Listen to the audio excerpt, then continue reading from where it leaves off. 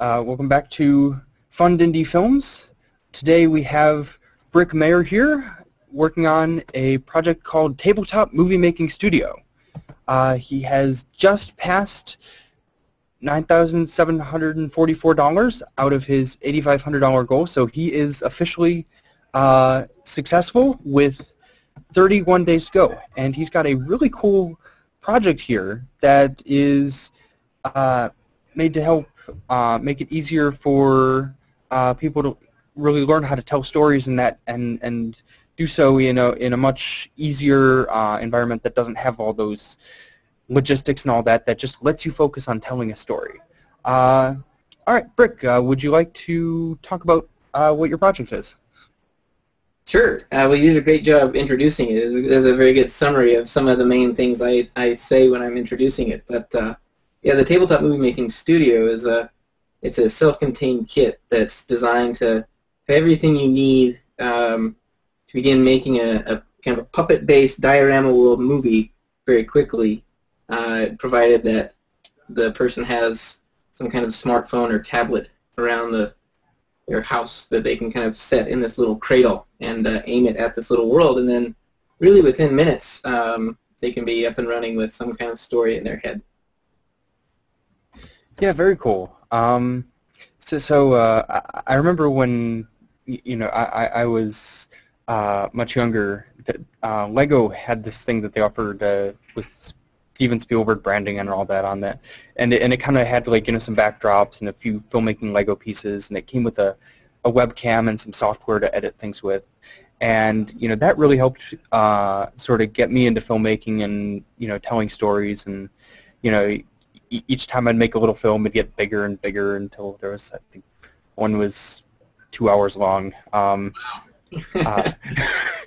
Yeah, and then at a certain point, I kind of grew beyond it and started, making things with, camcorders, and now it's DSLRs and CGI, and so that kind of really got me going. And so I was wondering about the motivations and what you hope people will want to do with your project.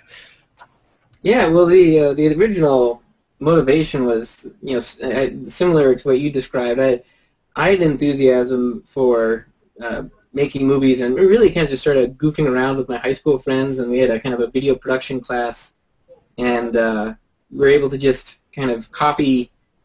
We just kind of watched like Conan or David Letterman, and we saw these like silly skits they would do, and we thought that was really funny, and we were high schoolers with a video camera, and we would do that.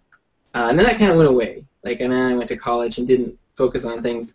Became a teacher and found that my students were very interested in movie making whenever that was integrated into the project. But then I kind of ran into the logistical challenge of trying to bring a video camera and deliver a video project with all these students, and that's kind of where I try to figure out ways to preserve that enthusiasm and the creativity and the storytelling, but then simplify it down to its kind of core elements and just focus on settings and characters and, getting the kids focused on telling a story with that. And that's kind of where I came in with all this stuff. But it really much, it's funny that you referenced the Legos, because I think there's a really important part of the scale of kind of being, this overview of seeing this tiny little world and you're in charge of it, and you can see everything right there. So that's kind of what the Tabletop Studio recreates. Very cool. So basically, what this is it's a way to kind of do two things. One, you're simplifying the story process. You're tearing away all the extra little elements that really aren't part of telling a story, and distilling it to just the storytelling, so that the kids can focus just on telling a story, learning how the mechanics of narrative film and all that works, without all the nitty-gritty details or budgetary issues and things like that. It's about paring everything away until you can see the story. That's pretty awesome in my book. And then this is interesting. I hadn't really thought about it that way, but the ability to kind of look it down at the set and sort of get a bird's eye view on things. Yeah, it's interesting. I've been this kind of smaller scale is something I stumbled across in my research that led to this back in 2004, 2005 when I was in Ireland. And it's, it kind of revealed to me this whole world that's been around for hundreds of years. And especially I was in Torino, in Italy's National Film Museum. And before they even let you get into the history of Italian cinema, if you walk through this darkened corridor, and it starts with like silhouette shadow puppetry, and then you go into this kind of Victorian period where they just have all these miniature toy theater sets, and you see all the different variations of them, and you kind of, back then they didn't have TVs or anything else, and they just kind of hang out in their living room and perform plays for fun. And I just kind of had this epiphanal, like, whoa, we just need to aim a camera at that, and we can start sequencing scenes together and teaching the basics of in and out points and transitions and beginning and middle and an end, and all of a sudden this creative play that we're all hardwired for is transformed into a short film. And that really resonated with me, because I felt this tension that we're all very good at watching media and consuming it, but it becomes a little bit harder for us to actually sit down and make something, because it seems kind of far away and big, and we're not quite sure how to do it. Well, the one thing that I've always been fascinated by is that people have very good taste in films and storytelling and all that. So on some sort of intuitive level, I think most people understand storytelling.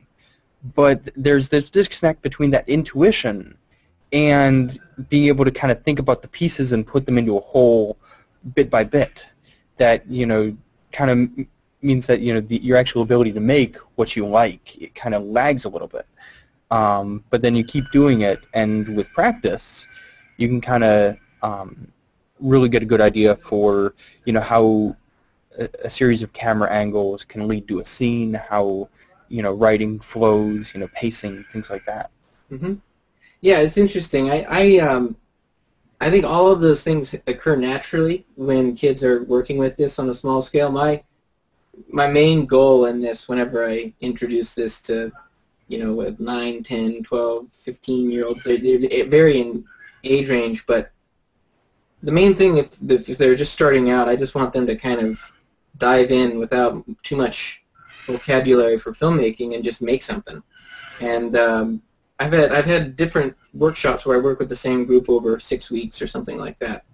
And as I kind of work with them, and the thing is, you can kind of iterate very quickly. I mean, you can make a self-contained 1-minute movie in 2 hours, and then you can come back the next week and just start over.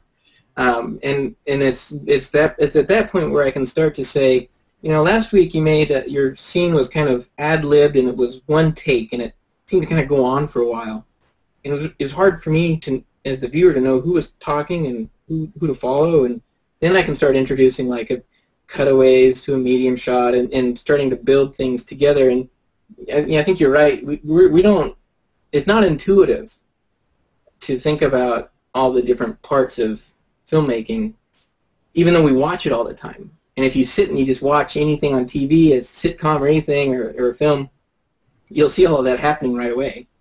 But we just kind of want to watch the story, so we don't pay attention.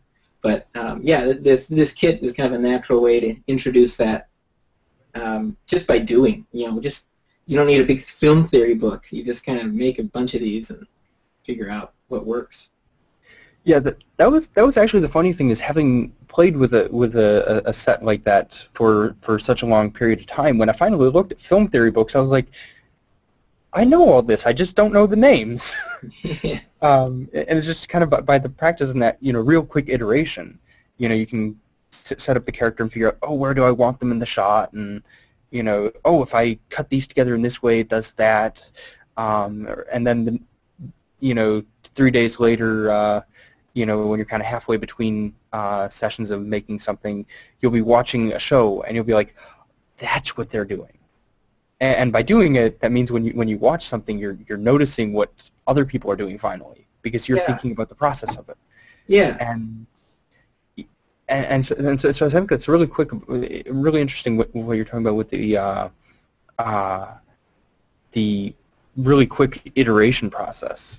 You know, if you're trying to make like a whole big film outside of the tabletop setting, you know, it's going to take you forever just to get the basics done, and so you're never going to be able to really, well, not never, but it'll take you longer to really kind of see the changes occur.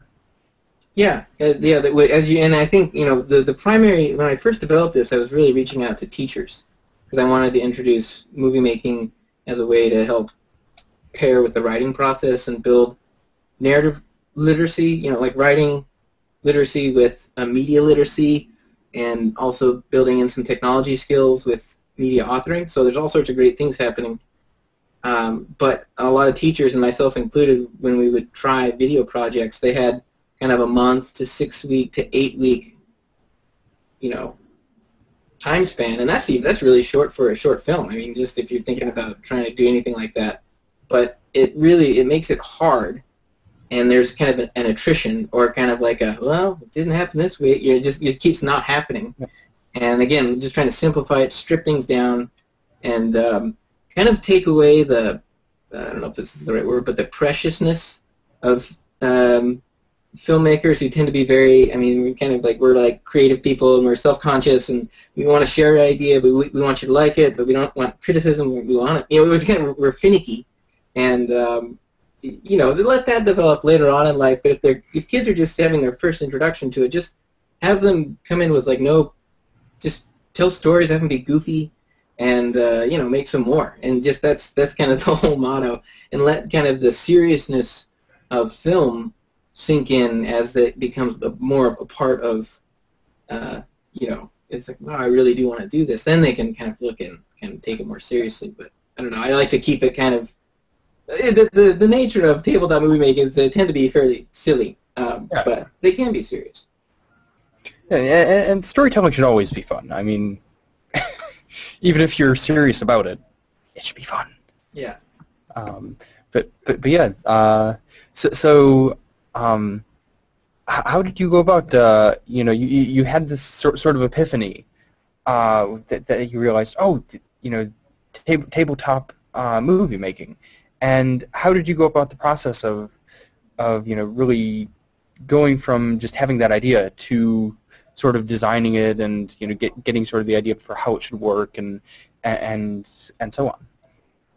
That's a journey. It's funny to look at it now and think of how it really is a nice self-contained and simple kit that I think, you know, the Kickstarter campaign revealed that people could see it and kind of get what it was all about pretty quickly. And to me, that was like, oh, good. It's not confusing. But it took, you know, years of trying this out and then not working, and trying this out and then not working, and so I guess, you know, that same process of iteration, part of it, honestly, you know, the idea of like setting up background and putting a character in I mean, that's very simple, but building the method around it, and then also kind of keeping up with this moving window of technology. I mean, to think back in 2005 when I started this, you know, we were using it was a mini DV camera connected to FireWire that went into iMovie 06, and it was pretty cool. You could do like a live capture, and it was, you know, the big part of it I wanted to do that is that the students could kind of see it happening right there. They could aim the camera, and they were looking at the laptop, and they were framing, and they were kind of arguing about staging and where characters should be, and like, okay, that's good.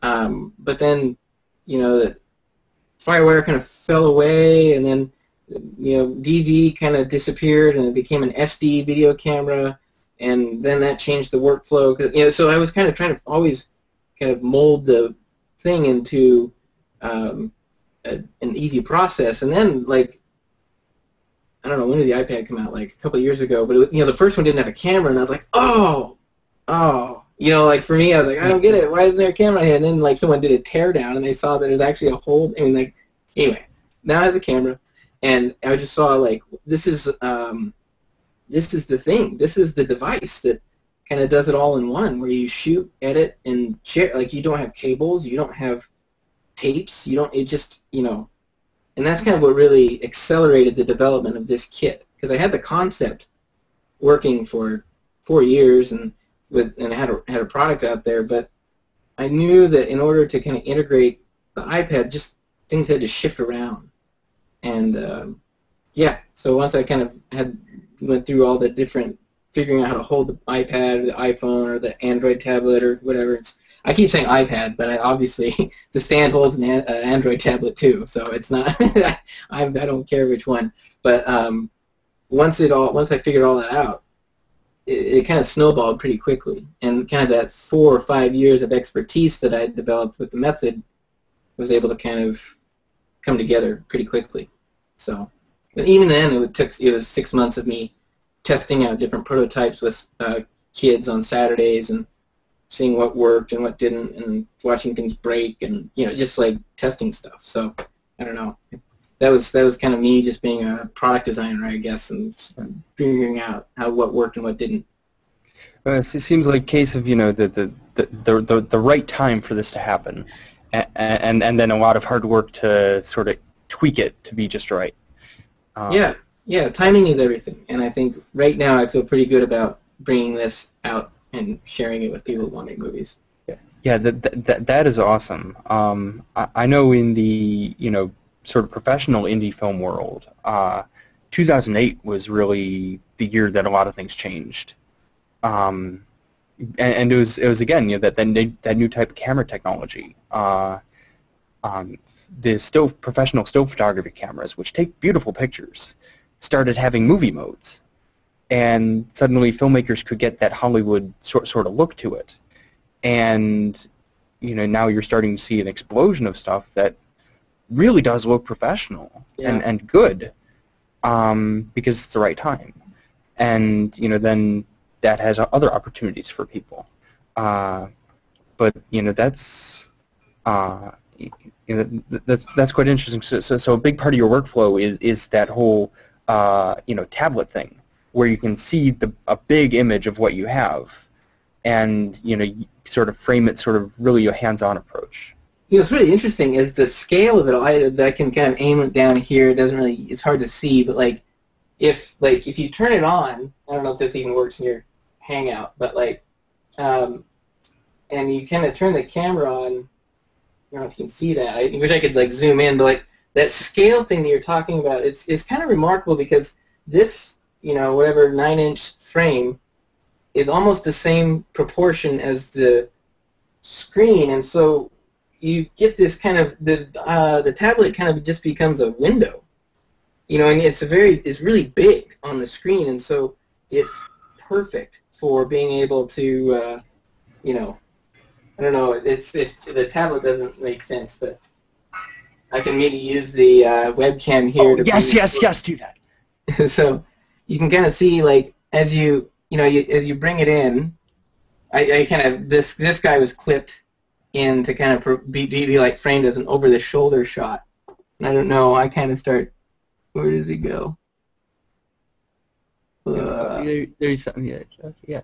So you can kind of get some 3D perspective there. Yeah, but actually you get a sense of the depth and the way things are staged, and this setting has some different collage things on there. But really, the main thing that this proscenium here was a big part of this toy theater is the same dimension as the iPad screen roughly, and when you frame it up correctly, it's a little offset, but it just is like a window into this little world, and the iPad kind of just becomes this little transparent device, and you just hit record, and the nature of iMovie on that device is so simple that the kids are just like, yeah, I get it, and they just kind of go and they just start shooting.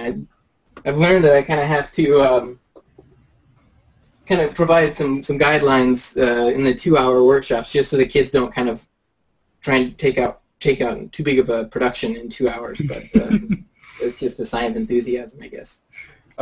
Enthusiasm is always a good thing. Yeah. But yeah, thanks for bringing that up close, because that was one thing I was really curious about, is how you could stage depth with it. And the that's lighting one thing that I always love. Brings out the depth. Yeah. Because you do have a background, you look on a foreground, and you can put things in there, but it's when you start to kind of use the lights to emphasize the different planes. You know, you're not going to get you're not going to be able to do like a rack focus or anything like that. Although the iPhone has a kind of a crazy macro focus on it that it does do pretty good with that. But the thing is that I just focus on the lighting as a way to kind of build depth and add little bits of texture in there, and But yeah, I think it's cool that they can start to stage things and see have like instant feedback, like, oh, you can't see it on camera, we have to move it. Yeah. If you kind of move the thing side to side a little bit, you can kind of get that feel for it. But yeah, that's pretty cool. So where do you what are your big hopes for this project? For the rest of the Kickstarter and beyond. Well, the Kickstarter, it's funny. I read a lot about different. I don't know if they're case studies, but when I was preparing for it, I was just reading about the ones that were successful, and then the ones that really kind of just got to that 100% funding. And it's easy to kind of look at some of the really successful ones and imagine yourself being like, oh yeah, that'd be awesome. But then when they share kind of the challenges of having lots of backers, and then you're like, oh my gosh, this is way bigger. So like right now, I'm like just so excited to kind of focus on getting these kits out the door. And if on the next 30 days, if it continues to grow, I'll kind of monitor that and just kind of figure out and make more phone calls with the suppliers to like bump up orders. But that's a wonderful dilemma. But so in the near term, my focus is just making sure that I can deliver the kits as close to October deadline that I said, just so that when people are excited about something, you gotta get it to them as quickly as you can.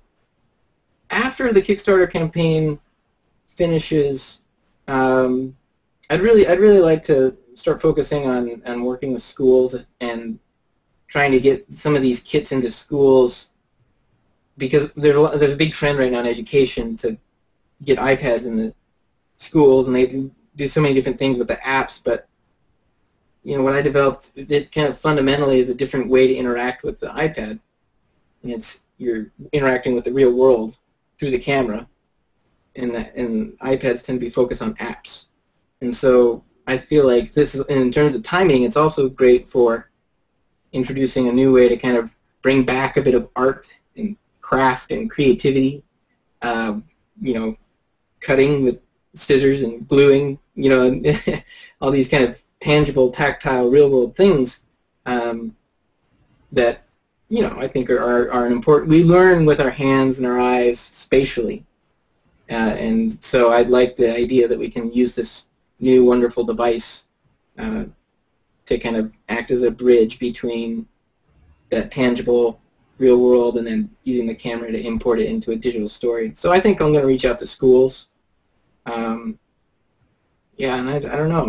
I think there's a ton of independent toy stores out there that I think that should have these, that kind of have these thoughtful, creative toys that are designed to get the kids making and thinking.